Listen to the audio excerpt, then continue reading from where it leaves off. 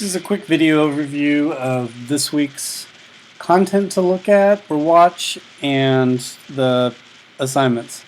So I've logged on the page. I now should have set this so that the modules should be displaying on the home page. If not, you'll need to click on the modules tab over here on the left hand side. That's where the syllabus is, still hidden underneath this caret. And that's where this ongoing discussion board is, which is the who am I type of thing that most of you have already filled out by now, and it's due on Sunday. And come down here to week 3, which is really chapter 1 from the book, plus a bunch of extra random kind of acronyms. So I clicked on the caret to open it up, and I went ahead and set these kind of dotted lines to use as spacers to kind of break the stuff down into smaller chunks, so it wasn't just one long big list. Here is the preface for the Swan book, or like the intro, which just happens to be a one-page PDF. And here is, I believe, a 15-page chapter 1 saved as a PDF. So it might take up to maybe 40 minutes to end up reading. So that's the single longest thing to do.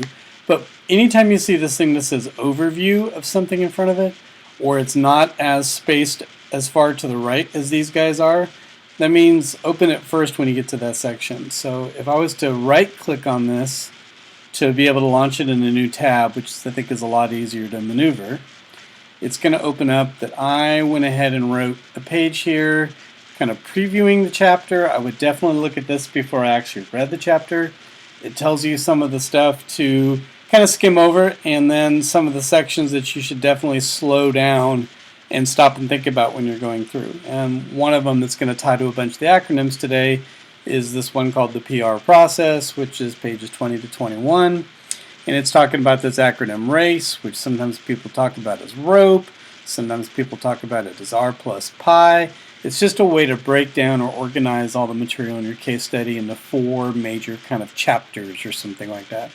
But that's pretty quick. My little reader here is telling me that that is a colon 03, so that is supposed to be a 3-minute read. Then after you do that, read the overview, then definitely read the one-page preface and read the chapter. Then if you need to, take breaks. But here's a kind of a section thing. Why use a case study approach in PR or marketing communication? That is just a very, very short post from 5WPR right from their website, which is just talking about some of the reasons why people use a case study approach. And I went ahead and tagged in there that it's also something that is really good for your resume, because entry-level people are generally the people who put together most of the cases rather than the senior managers. So it's kind of a good preview for what you might be doing on the job, whether you're in advertising, marketing, or public relations. The thing up here was talking about some of the different measurement things to do with race, especially the E in race. So I've got a very short copy of the Barcelona Principles of Measurement that I want you to skim over. Another little tab on GOST, or Goals, Objectives, Strategies, and Tactics. Plus it has a couple of kind of hidden links within there, which is why I included this includes links to open. AIDA, or the Marketing Funnel or Consumer Journey Path. This one's maybe a 7 or 8 minute read.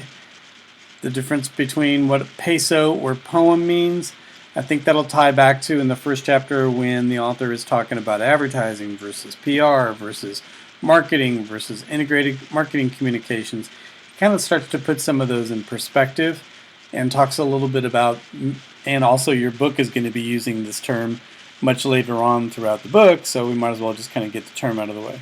What a KPI is. And then the last thing is a sample case study brief. And on an awful lot of these, we're going to see, unfortunately the one I picked for you to look at this first time is the normal length. This is a PRSA Silver Anvil, so it won an award for being one of the best marketing communication for consumer products in 2015.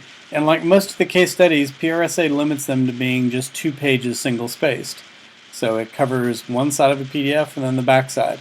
And even though this is kind of going to defy that RACE structure, or RACE, it is going to have a research section, and then it's going to have a planning section instead of saying the word action planning.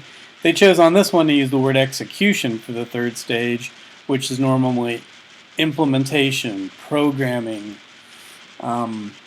communication. So that's cool. And then they've got this very last section down here, which is the E in race or rope or R plus pi, the evaluation. Just want you to kind of look through that to have an idea of some of the stuff that we'll be combining from a bunch of different sources.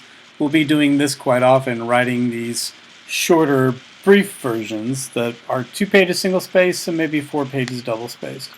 On Wednesday, you will notice by midnight, at the very bottom of the folder, you will have a quiz pop up.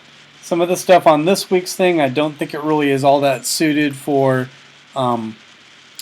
public display like they use in a discussion board, so it'll pop up as a quiz right down here at the bottom on Wednesday evening. That quiz, which is assuming that you've skimmed over this stuff for the week, and the discussion board are the only 2 things you have to do this week. They're both due Sunday, September 13 at 11:59 p.m.